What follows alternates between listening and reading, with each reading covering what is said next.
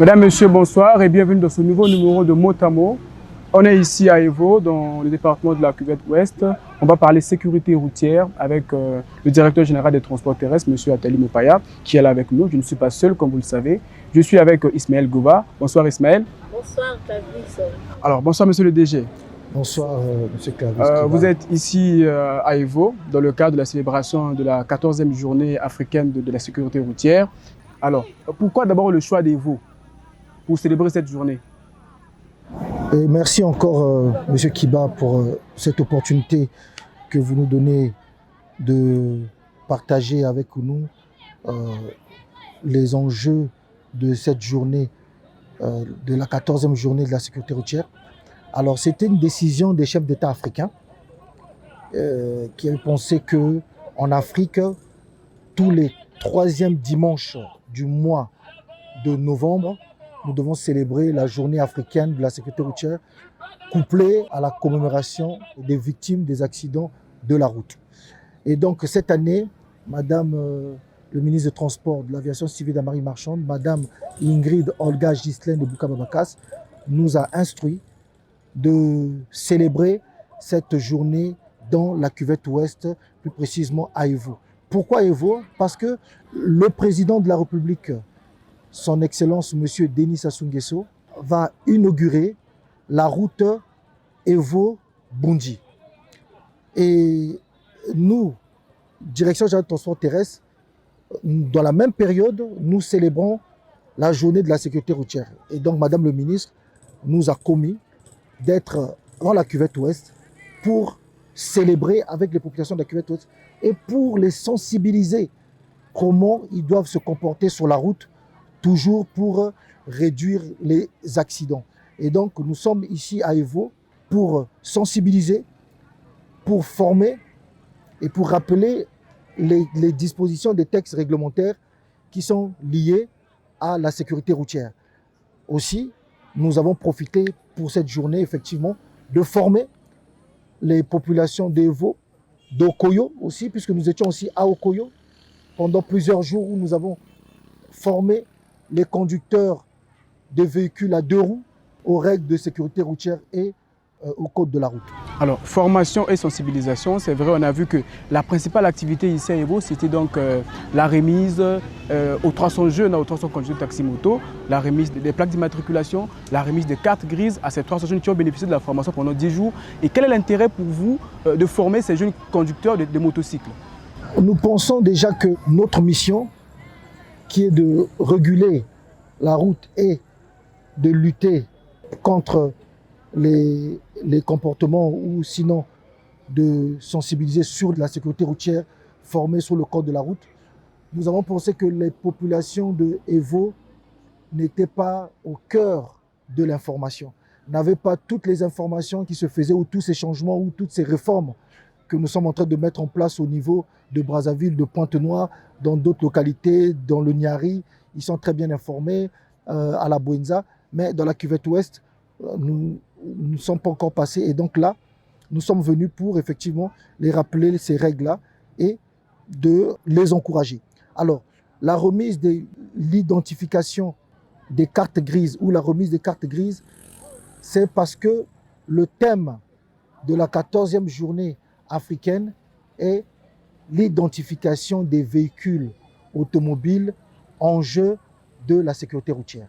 Et donc, pour la sécurité routière ou pour la mise en circulation d'un véhicule, il faut d'abord commencer par l'immatriculation, par l'enregistrement. Donc, nous sommes là pour rappeler à tous ces conducteurs de venir se faire immatriculer et pour qu'ils puissent intégrer le registre des véhicules au niveau de la direction générale des transports terrestres ou au niveau de la direction départementale des transports terrestres dans la Cuvette Ouest. Monsieur le directeur, parlons des réformes prises par la direction générale du transport terrestre. Il y a quelques temps, vous avez procédé par l'identification des taxis-motos. Est-ce qu'on peut savoir la durée de cette opération? Nous, on pense juste que non, la durée, nous faisons ces activités, ce sont nos missions. C'est notre mission régalienne et donc nous devons continuer à enregistrer, à identifier les véhicules. Comme je l'ai dit, chaque véhicule qui est mis en circulation, à la circulation, doit être identifié. Et vous savez, je prends l'exemple, par exemple, parce que tout le monde a un numéro de téléphone. Vous savez, avoir un numéro de téléphone, vous êtes censé vous enregistrer et on prend l'identité de la personne qui a le numéro de téléphone. C'est pareil pour les véhicules. Non, c'est-à-dire que nous le faisons toujours, mais certainement, nous avons failli dans la communication, nous avons failli dans la sensibilisation. Mais aujourd'hui, dans le cadre des réformes conduites par le ministre en charge des transports terrestres, Madame Ingrid Olga Gisèle Ebouka-Babakas, nous sommes en train de rappeler toutes ces règles puisque nous sommes en train de prendre les textes qui accompagnent l'activité de transport au niveau de notre pays. Et donc, l'activité de l'enregistrement des véhicules va continuer tous les jours. Vous avez un véhicule aujourd'hui, demain vous voulez changer. Il y a aussi des nouvelles personnes qui veulent acquérir les véhicules. Donc, chaque personne qui a un véhicule doit venir s'identifier ou immatriculer son véhicule au niveau de la Direction générale des transports terrestres. Pour les conducteurs de motocyclistes, je pense que c'est de l'arnaque, on demande beaucoup d'argent, des papiers, des casques. En fait, pour eux, les jeunes qui sont des jeunes, ils se cherchent encore, ils n'ont pas beaucoup d'argent. Ils pensent qu'il y a trop de pièces à fournir. C'est simple. Je pense que d'abord, rappeler que les prix des droits à payer pour l'immatriculation, les prix sont régis par la loi de finances. Et dans la loi de finances, il y a les prix et donc c'est réglementé, c'est encadré. Un véhicule, vous l'achetez, vous faites un projet. Le projet du véhicule, le véhicule ne coûte pas 10 000. Un véhicule coûte des centaines de mille, sinon des millions. Et donc, l'immatriculation d'un véhicule est à 40 000. Alors, vous arrivez, permettez-moi de faire ce parallélisme, vous arrivez à mobiliser des ressources, une ressource financière, pour acheter un véhicule qui vient de l'étranger. Donc vous avez payé de l'argent qui est parti à l'étranger pour un véhicule. Et au Congo, vous ne voulez pas payer les droits du Congo. Le véhicule n'est pas fabriqué au Congo. Tout l'argent que vous avez économisé pour prendre le véhicule là, l'argent est parti à l'étranger. Maintenant, les droits pour circuler sur les routes du Congo, les droits pour l'immatriculation, vous voulez que ça soit gratuit? Non. Je pense que c'est normal, quand on fait un projet de véhicule, d'acheter son véhicule et d'immatriculer son véhicule normalement. Et c'est partout comme ça dans le monde. L'immatriculation a un prix, l'immatriculation coûte, et au Congo, elle ne coûte pas cher. On le paye une fois. Pour les motos, effectivement, c'est 41 000 francs. Monsieur le directeur, parlant toujours d'immatriculation, il y a des gens qui achètent des véhicules à Pointe-Noire, ils ont l'immatriculation ZZ. Combien de temps ça dure les ZZ? L'immatriculation ZZ, c'est l'immatriculation provisoire de mise en circulation entre le dédouanement et l'immatriculation définitive. Effectivement, vous prenez l'immatriculation temporaire de série ZZ qui a une durée de 15 jours. Quelles sont les sanctions prévues pour ceux qui vont au-delà, qui vont 1 mois, 2 mois avec l'immatriculation ZZ? Quand vous roulez avec une immatriculation non conforme, donc les textes sont clairs, il y a des amendes qui sont, ou des pénalités qui sont infligées à cela. C'est comme un véhicule sans immatriculation. Je pense que c'est 30 000 francs quand la police vous arrête. Revenons sur Evo, puisque vous avez remis des plaques d'immatriculation à 300 jeunes, c'était gratuitement. Est-ce que ça continue d'être gratuitement pour les jeunes d'Evo? Est-ce que la gratuité continue ou ça s'est arrêté juste à cette opération? Non. Evo, c'est une action qui a été, je veux dire, budgétisée avec nos partenaires. La DGTT travaille avec des partenaires et ces partenaires ont accompagné la Direction générale des transports terrestres pour la journée africaine de la sécurité routière. Alors donc, les populations d'Evo ont profité de la gratuité de l'immatriculation, un échantillon bien entendu, parce que cette activité a été financée par les partenaires de la Direction générale des transports terrestres. Sinon, l'immatriculation est payante et donc elle n'est pas gratuite. Donc même là, on le dit gratuit, non, parce que celui qui bénéficie le prend gratuit, mais pour les caisses de l'État, non, ce n'est pas gratuit. Quelles sont les pièces à fournir pour être identifiées? Où sont enregistrées? Alors, pour être identifié, c'est vous apporter les pièces que nous demandons pour l'immatriculation. C'est la facture de l'achat de votre véhicule, votre pièce d'identité et le numéro du châssis, plus précisément pour les conducteurs de motocycles, pour ce qui nous réunit ici au niveau de la cuvette ouest.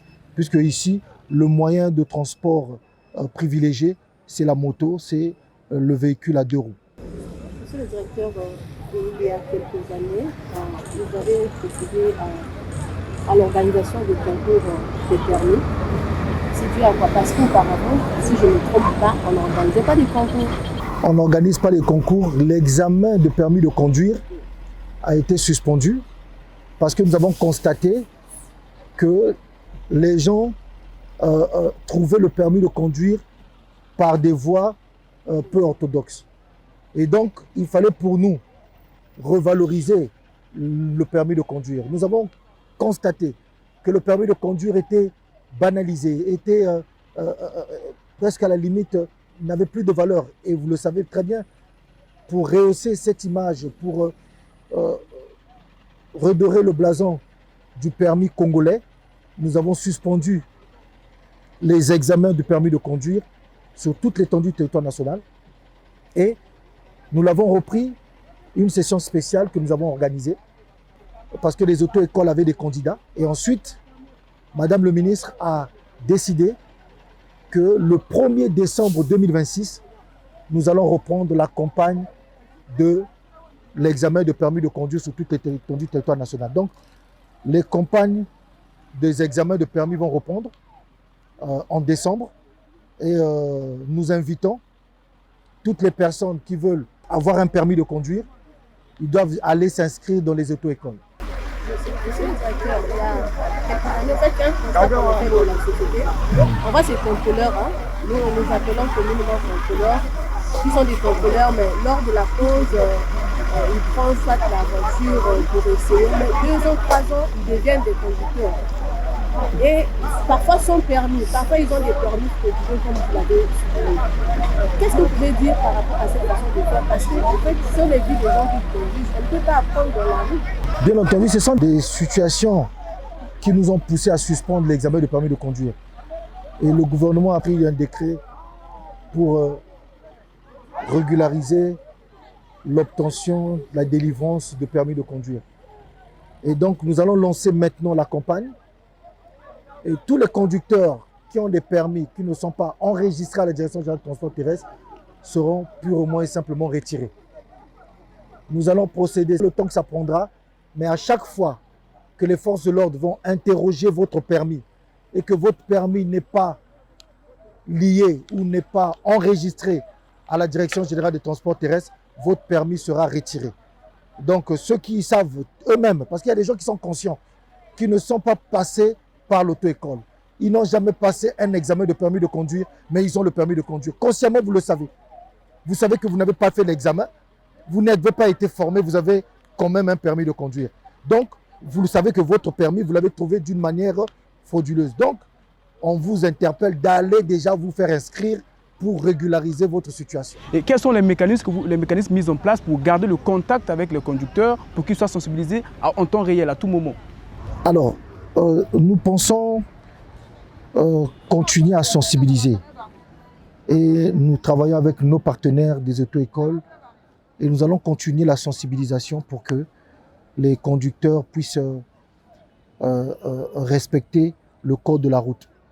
Et toujours rappeler aux utilisateurs ou aux personnes qui utilisent la route de se rapprocher des auto-écoles pour être formés. Et au fur et à mesure, vous allez voir qu'on aura des personnes responsables et on rendra nos routes plus sûres. Nous, de la Direction générale du transport terrestre, l'année passée, nous avons fait les descentes dans les écoles, dans les lycées, parce que nous pensons que les conducteurs de demain sont aujourd'hui sur le banc de l'école. Et nous allons continuer cette sensibilisation pour aller dans les écoles partout, pour rappeler les règles de sécurité routière et pour rappeler à sensibiliser aux gens de se former dans les auto-écoles. La réforme du permis de conduire que nous avons apportée, c'est que dorénavant, il n'y aura plus de candidats libres. Vous ne pouvez plus venir directement à la Direction générale des transports terrestres, déposer votre dossier pour passer un examen de permis de conduire. Maintenant, le ministre en charge des Transports a dit c'est fini. Quand il s'agit de passer un permis, vous passez par les auto-écoles. Vous êtes inscrit dans une auto-école et l'auto-école vous inscrit à la Direction générale des transports terrestres.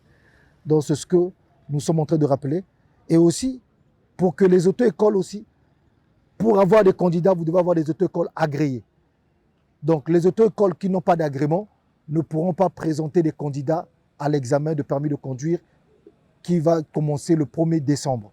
Ils sont informés depuis plusieurs mois que nous allons lancer une campagne nationale et cette campagne, il n'y a que des candidats issus des auto-écoles agréées par la Direction générale des transports terrestres qui vont pouvoir inscrire les élèves à l'examen de permis de conduire de cette session du 1er décembre 2026. Nous sommes dans un monde aujourd'hui qui est beaucoup plus digitalisé, on parle des plateformes numériques un peu partout. Est-ce que la Direction générale des transports terrestres dispose des plateformes numériques pour communiquer sur ces activités, pour informer, pour continuer à sensibiliser et les élèves et même les conducteurs qui sont en exercice? Bon, sur la digitalisation, en fait, est un processus.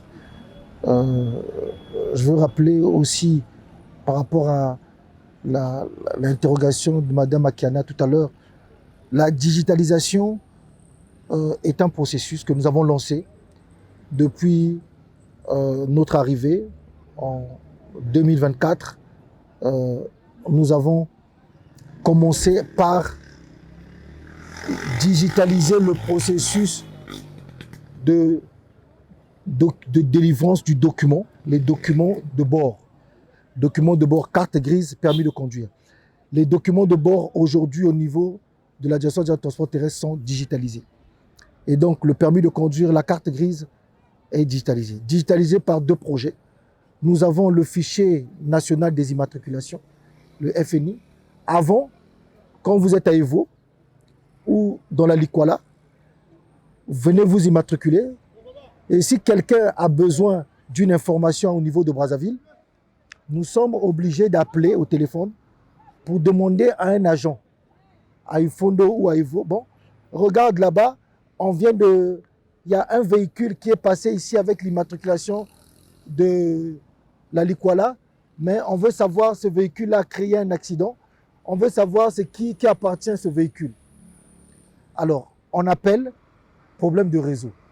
On appelle, la personne est rentrée à la maison, dit nous ici, j'ai pas de téléphone au boulot ou je suis pas au boulot. Attendez, je repars au travail.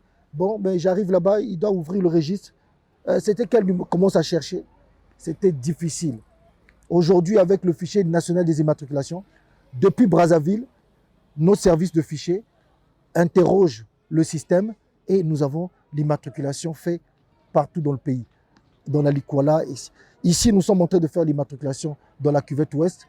La même information qui est prise ici dans la cuvette ouest est déjà à Brazzaville, dans la base de données d'immatriculation. Le permis, c'est pareil. On vous fait le permis dans le Kwilu, on imprime aussitôt à Brazzaville et dans n'importe quelle ville, on peut vérifier si votre permis est conforme. Donc, nous pensons que c'est un processus. C'est pour ça que nous avons créé à la Direction générale des transports terrestres un hub. Le hub est le centre où nous avons mis ensemble tous nos prestataires qui nous accompagnent dans la digitalisation du permis de conduire, dans le permis de conduire biométrique, dans la digitalisation de la carte grise et dans le fichier national des immatriculations. Aussi, dans le cadre du projet PEDOC, c'est le projet de digitalisation des opérations de contrôle technique. Et donc, même le contrôle technique, un véhicule qui passe sur le banc de contrôle technique, les informations remontent directement à la Direction générale des transports terrestres. Donc, on ne peut plus, nous sommes en train d'aller dans un système où on veut réduire au maximum la fraude de contrôle technique, des immatriculations, et aider nos partenaires des assurances à avoir un bon fichier fiable des immatriculations et pour bien suivre les sinistres. Donc, c'est un combat que nous avons entamé et je pense que nous sommes en train de gagner des batailles pour arriver à réussir cette réforme. Parlons des contrôles techniques, on a vu des véhicules qui circulent dans nos villes, parfois qui ne passent pas au niveau de contrôle technique. On voit des accidents, des pannes partout, vous-même vous avez des grandes sociétés d'ailleurs. Qu'est-ce qui se passe? Il y a un comité de suivi pour ces véhicules? Bon, il y a le contrôle technique. Il y a le contrôle technique. Ces véhicules ont des contrôles techniques, mais nous avons dit que nous sommes en train de digitaliser. Le processus est déclenché et nous allons suivre tout le processus de digitalisation ou tout le processus de contrôle technique. Quand quelqu'un fait le contrôle technique, le véhicule doit être en mesure de prendre la route. Et c'est ce que nous sommes en train de faire avec les centres de contrôle technique qui sont agréés. Nous sommes en train de travailler pour amener tout le monde à digitaliser leurs équipements. Et donc, je pense que dans certains combats, qui ne peut pas être gagné en un jour, mais l'objectif que nous avons est de réduire à 50% les taux d'accident. C'est d'ailleurs une déclaration des pays africains, la déclaration de Marrakech en février de cette année. Nous étions à Marrakech où le Congo a ratifié la déclaration de Marrakech. La déclaration de Marrakech demande à tous les pays africains qui ont ratifié cet accord de réduire de 50% les accidents mortels dans leur pays. Et donc nous, le Congo, nous sommes engagés par l'entremise du ministre des Transports, de l'Aviation civile et de la Marine marchande, qui a ratifié cet accord. Et donc le Congo travaille dans le sens de tous ces pays-là qui se sont engagés à réduire à 50% le niveau d'accident. Et donc, les problèmes de contrôle technique, le problème de formation des conducteurs, tous ces problèmes-là de conducteurs agréés, tout ça rentre dans ce processus où nous sommes en train d'emmener, et même la digitalisation, pour rendre effectivement nos routes plus sûres et réduire à 50% d'ici 2030 les taux d'accidents mortels sur notre pays. Monsieur le directeur, est-ce que vous suivez l'évolution par exemple de l'obtention des permis chez les autres? En Côte d'Ivoire, je ne donne pas des permis à points. Que quand vous dépassez, vous commettez des fautes, on vous rétroche des points. Est-ce qu'on peut un jour aussi arriver à ça au Congo ici? Je pense que c'est pas interdit. Aujourd'hui, nous avons des outils déjà. Nous avons des outils numériques qui peuvent permettre à ce que nous passons au permis à points. Mais c'est un processus et le permis à points, c'est une décision ou c'est un décret ou une loi qui sera prise par le gouvernement. Je pense que Madame le ministre des Transports a une vision large sur les transports, surtout sur la connectivité des transports, donc du transport maritime, transport ferroviaire, transport routier, transport aérien.